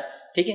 تو اس کے علاج ہے مطلب ایک قسم کا، یا زہریلا جانور کاٹ لے تب اس کو دم کیا جا سکتا ہے، یاد رکھیے. تو یہ بھی اس کی فضیلت ہے. ویسے اس سورت کی کئی فضیلتیں احادیث کے اندر آتی ہے اور اس کے فضائل پر، اس کی اہمیت پر، اس کے معنی اور مفہوم کو ایکسپلین کرنے میں لوگوں نے جلدیں لکھ دی، یاد رکھیں جلدیں لکھ دی. جیسا کہ مشہور اور معروف جو مولانا ابوالکلام آزاد کی ایک مشہور کتاب ہے سورۃ الفاتحہ کی، انہوں نے تفسیر کی. میں سمجھتا ہوں 200-250 پیجز کی صرف ان 7 آیتوں کی تفسیر ہونا اس کے اندر. تو بہت بہرحال اس کی تفسیر، اس کی فضائل، اس کے فوائد اور اس صورت کے کیا فائدے ہوتے ہیں، اس کی کیا اہمیت ہے، اس کے ہر حرف ہر معنی کی کیا اہمیت ہے. اس لیے کہ اس کو قرآن کی جڑ کہا جا رہا ہے، اصل کہا جا رہا ہے، ماں کہا جا رہا ہے. تو ظاہر سی بات ہے کہ معمولی جو ہے صورت نہیں ہے، یہ معمولی چیز قرآن عظیم کہا جا رہا ہے، معمولی بات نہیں. 7 بار بار پڑھی جانے لے آتے معمولی نہیں، نماز میں پڑھنا ضروری معمولی نہیں ہے اندر کی. ٹھیک ہے. بہرحال یہ چند فضائل تھے جو میں نے آپ کے سامنے رکھی. آئیے اب چند باتیں اس کے معنی کے تعلق سے 7 آیتوں کو ہم مختصر دیکھتے ہیں. اللہ تعالیٰ فرماتا ہے بسم اللہ الرحمن الرحیم، اللہ کے نام سے جو بڑا مہربان نہایت رحم کرنے والا ہے. میں سمجھتا ہوں بسم اللہ الرحمن الرحیم کیا ہے، اس کے کیا فضائل ہے، اس کے کیا فوائد ہیں، اس کی کیا ثمرات ہے، اس سے کیا کیا ہو سکتا ہے. میں سمجھتا ہوں آپ سب جانتے ہیں. اگر کسی انسان کو کچھ نہ سمجھتا ہو، کچھ نہ آتا ہو اور کسی کام کی شروعات کرتا ہو تو بس بسم اللہ الرحمن الرحیم پڑھ لے. نبی اکرم صلی اللہ علیہ وسلم حدیث سے فرماتے جب کھاؤ تو بسم اللہ پڑھو، ہے نا. جب کسی چیز کو کھولو تو بسم اللہ پڑھو، جب کسی چیز کو ڈالو، پانی اگر مشکی سے ڈالے تو بسم اللہ پڑھو، چیزوں پر ڈھاکو تو بسم اللہ پڑھو، دروازے کھولو تو بسم اللہ پڑھو، دروازے بند کرو تب بسم اللہ پڑھو، ہے نا. کتنا ہے، قرآن پڑھ رہے ہیں اس سے پہلے ہم کو بسم اللہ پڑھنا ہے، کسی کام کی شروعات کرے اس سے پہلے ہم کو بسم اللہ پڑھنا ہے. مطلب بسم اللہ ایک طرح سے ایک ماسٹر دعا ہے، ایک ماسٹر کی جیسا ہوتا ہے نا، تو ایک ماسٹر دعا ہے کہ ہمیں کچھ نہیں آتا تو یہ کر سکتے کم از کم بسم اللہ، اللہ کے نام سے بڑا مہربان نہایت رحمان. اور یہ بڑی اہم چیز ہے، اگر یہ شامل نہ ہو تو ہمارا کھانا اس میں بھی شیطان شامل، ہمارا پینا اس میں بھی شیطان شامل، ہمارا رہنا اس میں بھی شیطان شامل. یاد رکھیے. اور اللہ کا ذکر نہ ہو تو ہر عمل میں شیطان داخل ہو جاتا ہے، یاد رکھیے. سمجھ رہا؟ ہر عمل میں یاد رکھیے. تو بسم اللہ کو ایک معمول بنا لے اللہ کے نام سے، ہے نا. وضو کرنا ہے تب بھی بسم اللہ پڑھنا ہے نا، کہ اس کا وضو نہیں جس نے بسم اللہ نہیں پڑھا. مطلب بڑا اہم ہے، بڑا اہم ہے. بھول جاتے ایک الگ بات ہے لیکن بڑا اہم ہے، یاد رکھیے. تو بسم اللہ یاد رکھیے. تو یہاں سورہ فاتحہ شروع ہو رہی بسم اللہ الرحمن الرحیم، اللہ کے نام سے بڑا مہربان نہایت رحم کرنے والا. تو ہمیں بھی چاہیے ہم جب قرآن کو پڑھیں تو اس بسم اللہ سے چالو کرے، ہر کام کرے تو بسم اللہ سے چالو کرے اور بسم اللہ اللہ کے نام سے. ظاہر سی بات ہے اگر ہم کسی کام کو اللہ کے نام سے شروع کریں گے تو یہ کام بابرکت ہوگا، فضیلت کا حامل ہوگا، اہمیت کا حامل ہوگا، برکت لائیں گا، رحمت لائیں گا، ہے نا. اللہ کا کرم ہمارے طرف متوجہ ہوگا، اس لیے کہ ہم نے اللہ کے بابرکت نام سے اس چیز کی شروعات کی. اور اللہ کے نام سے زیادہ بابرکت چیز دنیا میں کوئی نہیں یاد رکھی، سب سے بابرکت چیز. اس کے بعد اللہ تعالیٰ جس میں تاثیر دے اس کو برکت والا اللہ بنا دیتا ہے، لیکن سب سے بابرکت چیز. تو ہم جب شروعات کریں کسی چیز کی تو بسم اللہ سے کریں. تو یہاں بھی اللہ نے سورۃ الفاتحہ کی اپنی کتاب کی ابتدا بسم اللہ الرحمن الرحیم، اللہ کے نام سے بڑا مہربان نہایت رحم والا. ٹھیک ہے، یہ اس کا معنی ہے.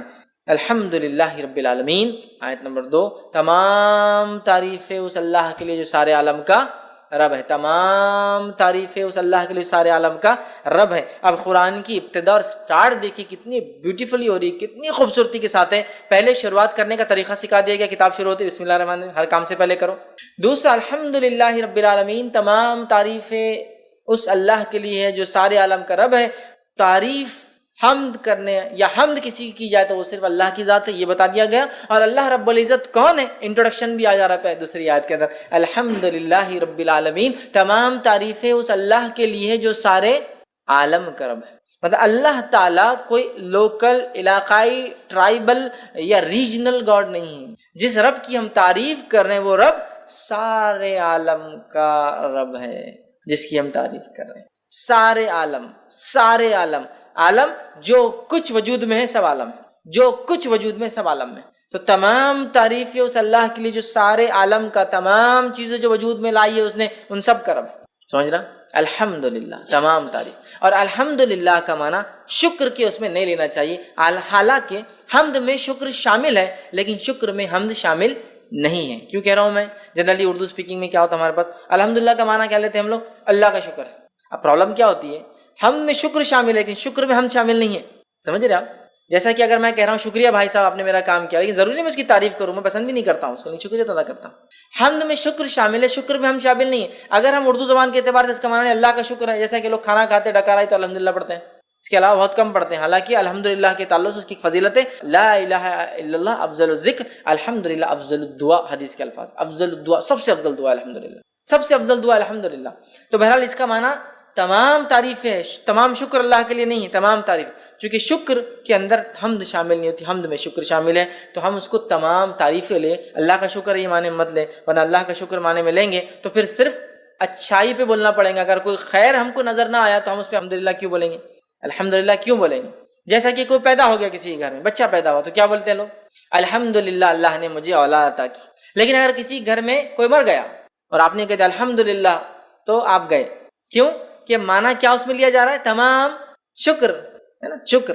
تو یار یہ موت پہ تم بول رہے، جب کہ الحمدللہ تمام تعریف ہے. تو کوئی پیدا ہو بھی تو تعریف اللہ کی، کوئی بیمار ہو بھی تو تعریف اللہ کی، کوئی مر جائے بھی تو تعریف اللہ کی، دنیا میں خیر بھی آئے تعریف اللہ کی، شر بھی ہمارے اوپر آئے جو کہ آزمائش ہے تعریف اللہ کی.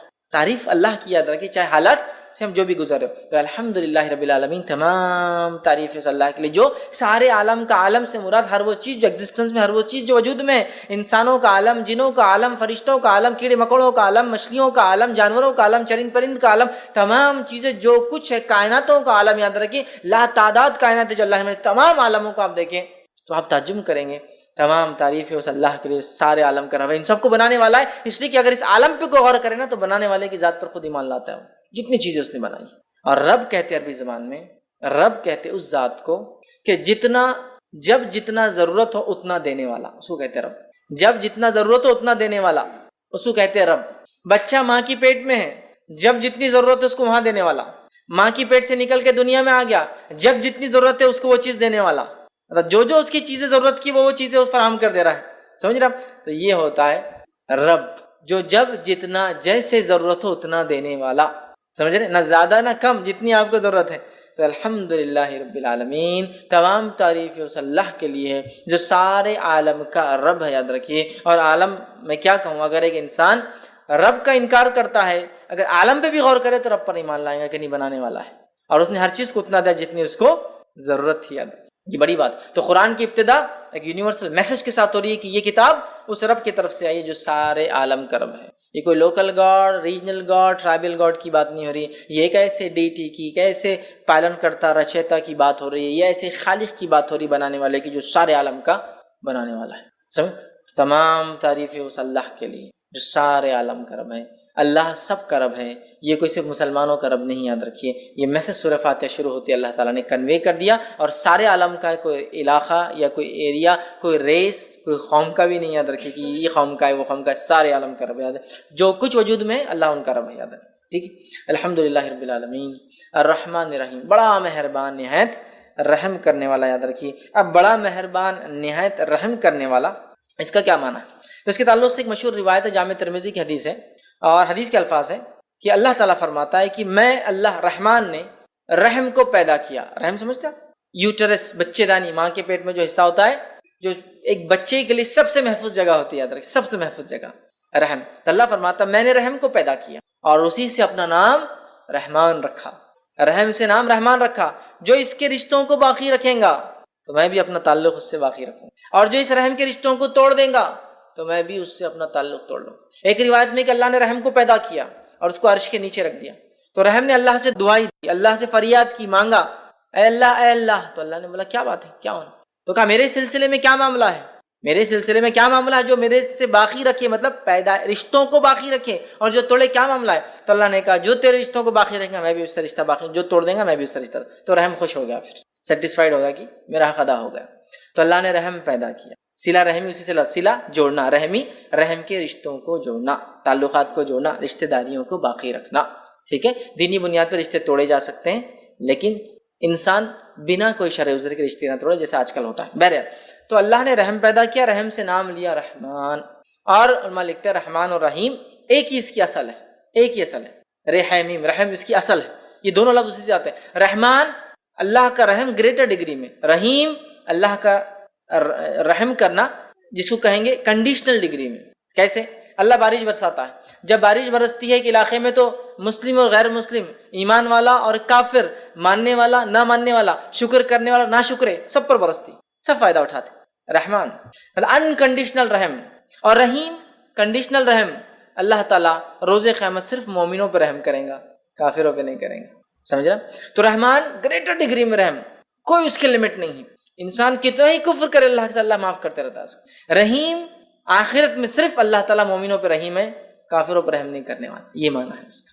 الرحمن رحیم، بڑا مہربان نہایت رحم والا. اور رحمان اللہ کا یہ ایک ذاتی نام بھی یاد رکھیے. اور اللہ تعالیٰ نے اللہ کے بعد، سمجھ لیجیے اللہ کے بعد جس نام کو خود کے لیے لیا ہے وہ رحمان ہی یاد رکھیے، ہے نا. الرحمن علم القرآن، خلید اللہ عبید الرحمن، چاہے اسے اللہ کو چاہے رحمان کو. یہاں کا رحمان رحمان نے، تو اللہ کے علاوہ کوئی نام اگر اللہ نے اپنے لیے استعمال کیا قرآن میں تو رحمان ہے. تو بڑا اہم نام ہے، جس کو کہیں گے اگر اللہ کے نام یہ نگینے ہیں ایک تاج کے، تو اللہ سب سے بڑا ہے، تو رحمان اس کے بعد والا ہے. سمجھ رہا؟ تو رحمان اس کے ذاتی نام بھی ہے، رحیم صفتی نام بھی ہے. رحمان بہت رحم کرنے والا اور بڑا مہربان، سب کے لیے نہایت رحم کرنے والا، مومنوں کے لیے آخرت میں یاد رکھیں. تو اسی لیے کچھ علماء لکھتے ہیں رحمان دنیا کے اعتبار سے، رحیم آخرت کے اعتبار سے مومنوں کے لیے. صرف اللہ تعالیٰ کافر اور مشرک پہ رحم نہیں کرنے والا، اللہ تعالیٰ منافقوں پر، فاسق اور فاجروں پر رحم نہیں کرنے والا. یہ الگ بات ہے کہ جو کافر کفر اور شرک پہ مرے وہ تو ہمیشہ جہنم میں جلیں گے، کوئی رحم نہیں ہوگا. باقی لوگ جو فاسق فاجر تھے اپنے گناہوں کی سزا بھگت کر آ جائیں گے. تو رحم صرف ان پر جو ایمان کے تقاضوں کو پورا کر کے یاد رکھیں. سمجھ رہے ہیں؟ اور رحمان سب پر. تو اسی لیے علماء لکھتے ہیں رحمان دنیا کے اعتبار سے، رحیم آخرت کے اعتبار سے. اور اللہ رب العزت نے اس بات کو یوں بھی قرآن نے فرمایا، سورہ نمبر 33 آیت میں 43 کے اندر کہا وَكَانَ بِالْمُؤْمِنِينَ رَحِيمًا، اور اللہ تو مومنوں کے لیے رحم کرنے والا ہے، مومنوں کے لیے رحم کرنے والا ہے، دوسروں کے لیے. لیکن رحمان ساری انسانیت کے لیے. اس بات کو ہم یاد رکھیں. ٹھیک. تو رحمان رحیم مالک یوم الدین، روز جزا کا، بدلے کے دن کا مالک، قیامت کے دن کا مالک. ٹھیک، قیامت دن کا مالک. اب کیا اللہ کے علاوہ کیا کوئی اور مالک ہے؟ تو اللہ یہ کیوں کہہ رہا ہے قیامت کے روز کا مالک؟ تو دنیا کا مالک ہے، آخرت کا مالک ہے. لیکن دنیا میں کہیں نہ کہیں کسی نہ کسی بنیاد پر ہم چھوٹے ہی ایک دم جس کو بنی اللہ کے مقابلے میں تو یہ دعویٰ کچھ بھی مان، لیکن کہیں نہ کہیں دعوے دار ہوتے یہ میرا ہے وہ میرا ہے، میں یہاں کا بادشاہ ہوں وہ وہاں کے مالک ہے نا، یہ فلاں کے مالک ہے. کچھ نہ کچھ ملکیت ہوتی ہے نا ہماری. لیکن آخرت میں کچھ بھی نہیں ہوگا. ہم ٹیسٹ سے گزر چکے, جو کچھ دیا گیا آخرت میں صرف اور صرف ہر چیز اللہ تعالیٰ کی ہوں گی. تو مالک یوم الدین روز جزا کا, اس کا ایک قرأت یہ ملک یوم الدین بادشاہ روز جزا کا, مالک روز جزا کا, دونوں کا معنی ایک ہی ہے. دونوں کا معنی کہ بادشاہ مالک بھی ہوتا ہے, سمجھ رہے آپ, اور مالک تو اللہ کی ایک صفت بھی یاد رکھی الملک. تو بادشاہ روز جزا کا, تو مالک یوم الدین روز جزا کا مالک. روز جزا کا مطلب قیامت کے دن کا مالک, ٹھیک. اور مالک یہ معنی کو اگر ہم سمجھ گئے نا, مالک کی ملکیت کیا ہوتی ہے.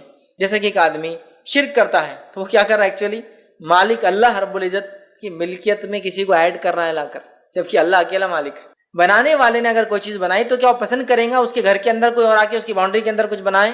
تو اللہ تعالیٰ بھی مالک, بادشاہ بھی پسند نہیں کرتا اس کی ملکیت میں کوئی آئے, اور مالک بھی پسند نہیں کرتا اس کی ملکیت میں کوئی آئے. تو بادشاہ ہے روز آخرت میں قیامت کے دن کا اللہ تعالیٰ مالک یوم الدین. یوم الدین وہ دن جس دن ترازو قائم ہوں گا, وہ دن جس دن لوگوں پہ انصاف ہوں گا, وہ دن جس دن لوگوں کے اچھے اور برے اعمال کے اعتبار سے فیصلے ہوں گے, وہ دن جس دن لوگوں نے جو اچھا کیا ان کو اس کا بدلہ, جنہوں نے برا کیا ان کو ان کی بدلے دیے جائیں گے. اس دن کا اللہ تعالیٰ مالک ہے. اور اس تعلق سے ایک روایت آتی ہے, صحیح بخاری اور صحیح مسلم کی روایت ہے, قیامت کے دن زمین اور آسمان اللہ تعالیٰ کے سیدھے ہاتھ میں لپٹے ہوئے ہوں گے, اور اللہ تعالیٰ ایک آواز لگائیں گا, اور آواز اس طرح سے ہوں گی, انا الملک, آج میں بادشاہ ہوں. این الملوک الارض, کہاں ہے دنیا کے وہ بادشاہ, این الجبارون و این المتکبرون, کہاں ہے وہ دنیا کے بادشاہ جو ظلم اور زیادتی اور جبر کرتے اپنے لوگوں پر, اور کہاں ہے وہ جو تکبر کیا کرتے تھے. اللہ آواز دیں گے, اللہ آواز دیں گے, یاد رکھیں. لہٰذا تکبر کرنا بہت خطرناک بات ہے, یاد رکھیں, خاص طور سے جب آدمی کو اللہ مال دولت یا پوزیشن یا سلطنت یا ملکیت دے, اس لیے کہ اللہ آواز دیں گا, کہاں ہے دنیا کی بادشاہ, آج میں بادشاہ ہوں, آج کوئی دوسرا بادشاہ نہیں, کسی کی بادشاہت نہیں چلیں گے, آج میں بادشاہ ہوں. کہاں ہے دنیا کے بادشاہ, اللہ ان کو آج میرے, کہاں ہے جو جبر و زیادتی کرتے, کہاں ہے وہ لوگ جو تکبر کرتے. تو اللہ تعالیٰ یاد رکھیے بدلے کے دن کا مالک ہے.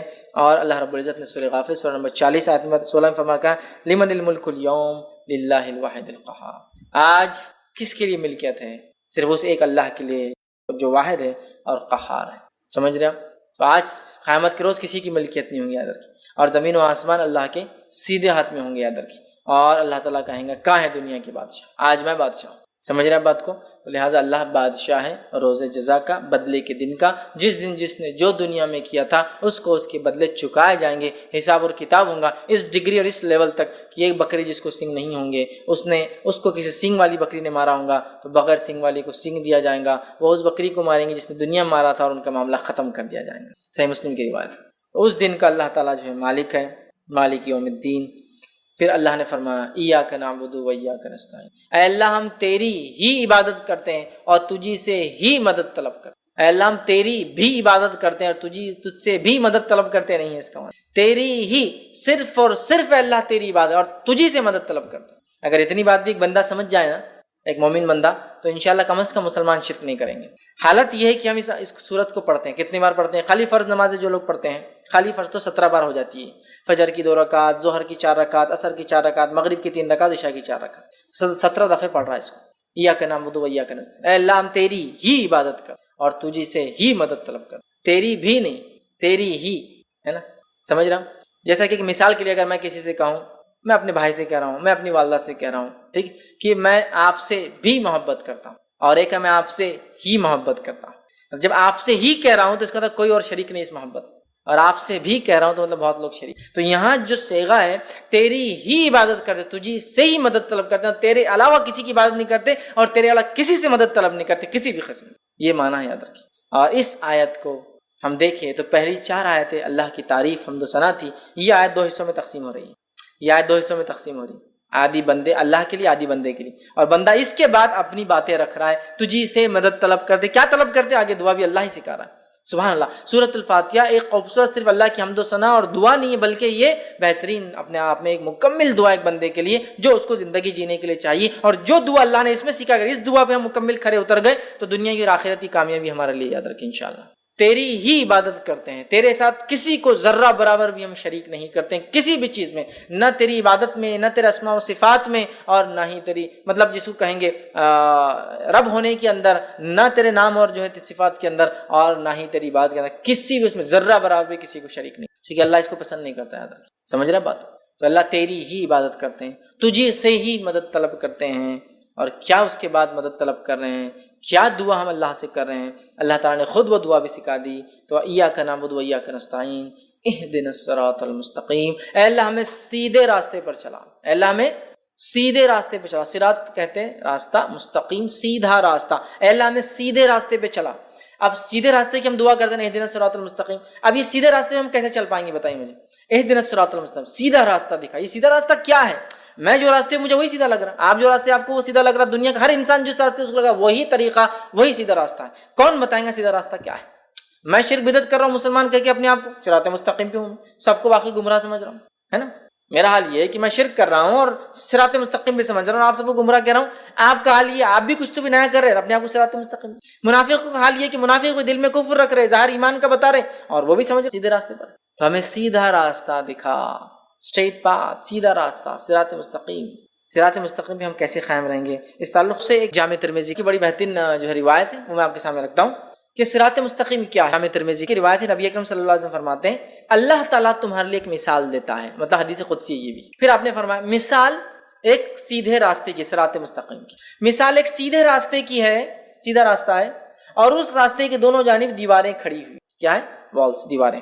ان دیواروں کے اندر دروازے ہیں، ان دروازوں پر پردے لگے ہوئے، دیواروں میں دروازے ہیں، دروازوں پر پردے لگے ہوئے، اور ایک انسان، ایک آواز دینے والا سامنے، جو راستے کے سامنے ایک دروازہ ہے، مطلب راستہ جا رہا وہاں ایک دروازہ ہے، اس کے سامنے راستے پہ نیچے کھڑے کا آواز ہے لوگو میری طرف آؤ، اے لوگو میری طرف آؤ، اور دوسرا ایک کھڑا ہوا ہے جو آواز دینے والا، وہ اوپر کھڑا ہے، مطلب دروازے کے اندر ایک کھڑا ہے، ایک اوپر کھڑا ہے۔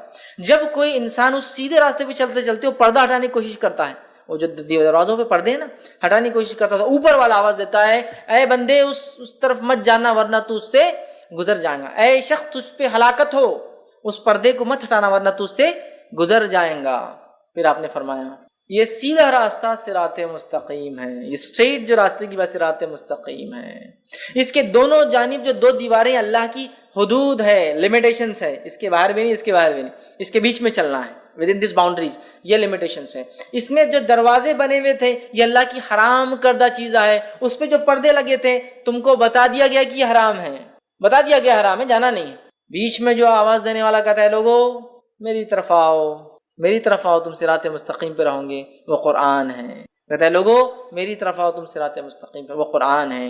اور اوپر جو آواز دینے والا ہے، جب وہ آدمی پردہ ہٹانے کی کوشش کرتا ہے، حرام چیز کی طرف جانے کی کوشش کرتا ہے، تو آپ نے فرمایا وہ جو اوپر والا آواز جو دیتا ہے ایک مومن کا سچا دل ہے جو سب سے پہلے حرام چیز پر اس کے خلاف گواہی دیتا ہے، ارے مت کرو غلط ہے۔ مومن کا سچا دل ہے جو سب سے پہلے خود بولتا ہے ارے مت کرو وہ غلط ہے۔ تو صراط مستقیم پہ ہم کیسے قائم رہیں گے؟ امت مسلمہ صراط مستقیم پہ کیسے قائم رہیں گی؟ قرآن کے ذریعے میرے بھائی۔ اب قرآن کو چھوڑ کے باقی سب طریقوں پہ انسان چلیں گا تو کیا صراط مستقیم پہ قائم رہیں گا؟ نہیں، اس لیے کہ صراط مستقیم ایک سیدھا راستہ ہے، لیکن اس راستے میں بہت سارے شارٹ کٹس بھی کھلتے ہیں، لیکن سارے شارٹ کٹ جہنم میں جاتے ہیں۔ ابن ماجہ کی روایت ہے، نبی اکرم صلی اللہ علیہ وسلم ایک صحابی کا انتقال ہوا، تشریف فرماتے خبر کھودی جا رہی تھی، آپ نے ایک ٹہنی جھاڑ کے ہاتھ میں لی اور وہ مٹی میں خبر کی ایک سیدھی لکیر ماری اور اس پہ دائیں بائیں جانب اور لکیریں ماری اور کہا یہ بیچ کا راستہ صراط مستقیم، یہ میرا راستہ ہے، یہ بیچ کا راستہ صراط مستقیم ہے، یہ میرا راستہ ہے۔ اور اس میں جو دائیں اور بائیں جانب لکیریں جا رہی ہے یہ صراط مستقیم پر شیطان بیٹھے ہوئے ہیں جو لوگوں کو گمراہی کی طرف بلاتے ہیں۔ تو صراط مستقیم پر شیطان بیٹھا ہوا ہوتا ہے۔ بہت سارے لوگ بولتے ہیں مسلمان اگر ایک ہے، قرآن ایک ہے، کتاب ایک ہے، کلمہ ایک ہے، نبی ایک ہے، سب چیز ایک ہے، تو پھر ان میں اختلاف کیوں؟ ان میں اختلاف کیوں؟ تو یاد رکھیے شیطان ان کے ہی پیچھے ہے جو صراط مستقیم پر ہے نا، شیطان انہی کے پیچھے جو صراط مستقیم ہے انہی کو تو بہکائیں گا اور بھٹکائیں گا، باقی لوگوں کو تو پہلے گمراہ کر چکا اور اطمینان کے ساتھ آرام کر رہا ہے۔ سمجھ رہے بات؟ تو اختلاف تو ہم میں ہی ہوں گا نا، کیوں؟ اس لیے کہ ہم صراط مستقیم پہ اور شیطان ہی نہیں چاہتا ہے، سمجھا؟ تو سیدھی جو صراط مستقیم ہے نا، اسٹریٹ پاتھ، یہ راستہ ایسا نہیں ہے کہ بالکل آپ اس پہ ایک بار آ گئے تو زندگی بھر اہدنا الصراط المستقیم، اے اللہ ہم سیدھی راستے چلا۔ تو کوئی ایک آدمی جب اسلام قبول کر لیا اپنے آپ سے سوال کر سکتا ہے کیا میں سیدھے راستے پہ نہیں ہوں؟ پھر کیوں مجھے دعا کرنے لگایا جا رہا ہے روز اہدنا الصراط المستقیم، اہدنا الصراط المستقیم، اہدنا الصراط المستقیم؟ کیوں دعا کرنے لگایا جا رہا ہے؟ اس لیے کہ صراط مستقیم پہ آنے کے بعد ہی بھٹکنا سب سے اصل کام ہے شیطان کا، صراط مستقیم پر آنے والوں کو ہی بھٹکانا، باقی کو تو لگا چکا، باقی کو جہنم کے راستے لگا چکا، منافق جہنم کے راستے لگ چکے، کافر جہنم کے راستے لگ چکے، مشرک جہنم کے راستے لگ چکے، ایمان کی طرف آئیں گے تبھی پیچھے پکڑیں گا وہ کہ اب اس کو میں بھٹکاؤں۔ سمجھ رہے ہیں؟ اسی لیے ہم کو ایمان والا ہونے کے ناطے تکبر نہیں کرنا ہے کہ جنت میں جائیں گے، اس لیے کہ ہمیں صراط مستقیم پر مرنے تک دعا کرنا ہے، اللہ ہمیں صراط مستقیم پر قائم رکھے۔ ایمان لانے کے بعد ایک آدمی سوچ سکتا ہے نا کیوں دعا کرنے لگا جا رہی سیدھے راستے پہ چلا؟ اس لیے کہ اب خطرہ زیادہ ہے ہمارا جس کو کہیں گے جہنم میں جانے کا، اس لیے کہ اب شیطان ہمارے پیچھے ایڑی چوٹی کا زور لگا دے گا کہ ہمیں لے جائے، سمجھے؟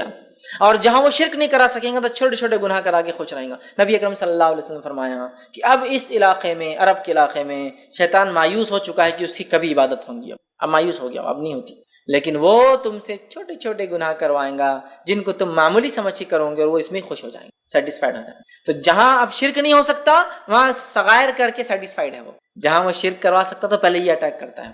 اس لیے ہم کو ہر روز سکھایا جا رہا ہے اہدنا الصراط المستقیم، اہدنا، اے اللہ ہمیں سیدھے راستے پہ چلا، سیدھے راستے۔ کیوں کہ صراط مستقیم سے بھٹکانے کے لیے شیاطین بیٹھے ہوئے۔ اہدنا الصراط، اے اللہ ہم سیدھے راستے چلا۔ صراط الذین انعمت علیہم، اس راستے پر چلا جن پر تیرا انعام ہوا، جن پر تیرا انعام ہوا، یاد رکھیں، جن پہ تیرا انعام ہوا، تیری نعمتیں تو نے برسائی، جو تیرے پسندیدہ بندے تھے، انعام ان پہ ہوں گے نا اللہ کے جو پسندیدہ بندے تھے۔ تو اہدنا الصراط، سیدھے راستے پہ چلا۔ اور کس کے راستے پہ چلا؟ مطلب اس سے پہلے کون تھے جو سیدھے راستے پہ چلے؟ وہ انعام والے لوگ۔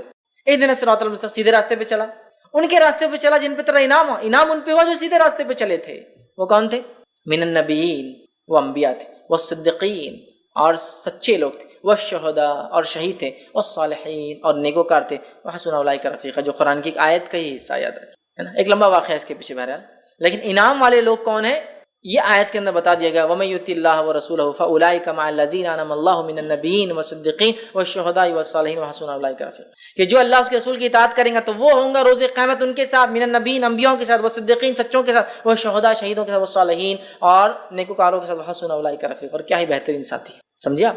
انعام کس پر ہو؟ چار لوگوں پر، انبیاءوں کے طریقے پہ ہم کو چلنا ہے، اور بالخصوص نبی اکرم صلی اللہ علیہ وسلم کے طریقے، چونکہ آخری نبی جو ہمیں دیے گئے، وصدیقین، اور سچوں کے طریقے پہ، جس طرح سے ابوبکر صدیق سچے انسان تھے، سارے دنیا نے جھٹلایا، آپ نے اقرار کیا، سارے لوگ عرب کے ہنس رہے تھے کہ محمد کہہ رہے ہیں، جو مشہور واقعہ ہے کہ آپ کو لقب صدیق کیوں ملا، وہ یہ تھا کہ سارے لوگ ہنس رہے تھے کہ محمد صلی اللہ علیہ وسلم رات کے حصے میں کل گئے اور جا کر مسجد اقصیٰ سے پھر آسمانوں کا سفر کر کے آئے، دیکھو محمد، نعوذ باللہ، محمد صلی اللہ علیہ وسلم تمہارا ساتھی، کسی نے ابوبکر صدیق سے کہا تمہارا ساتھی جو ہے نعوذ باللہ پاگل ہو چکا ہے، کہ وہ یہ کہہ رہا ہے کہ رات کے حصے میں مسجد اقصیٰ جو کہ 1 مہینے کا سفر، اس کے بعد آسمانوں کا سفر کر کے آیا ہے۔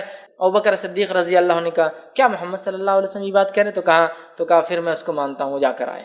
صدیق سچا مطلب تصدیق کرنے والا، سچ کو ماننے والا۔ تو صدیقین جیسا ابوبکر صدیق اور دیگر سچے لوگ تھے، والشہداء، اور شہید، جس طرح سے عمر ابن خطاب رضی اللہ عنہ، جس طرح سے عثمان ابن عفان رضی اللہ عنہ، جس طرح سے علی بن ابی طالب رضی اللہ عنہ، جس طرح سے حمزہ بن عبد المطلب رضی اللہ عنہ، اور جس طرح سے ایک لمبی فہرست ہے شہداء کی، اور وہ صالحین، اور جو نیک لوگ ہیں، اللہ کے نیک بندے ہیں، یہ وہ 4 لوگ ہیں کیٹیگریز جن پہ اللہ کا انعام ہوا۔ یہ سب ایمان کے بعد والی چیز ہے، ایمان لائے وہ سارے تقاضوں کو پورا کرنے والے، لیکن ایمان کی بلندیوں کو چھونے والے، جس میں انبیاء جن کے درجے تک ساری انسانیت بھی مل جائے تو ایک نبی کے ایمان کے برابر یہ درجے تک نہیں پہنچ سکتی، وہ تھے۔ اور اس کے بعد ان کے راستے پہ ہمیں چلنا ہے، بالخصوص نبی اکرم صلی اللہ علیہ وسلم کے طریقے پر۔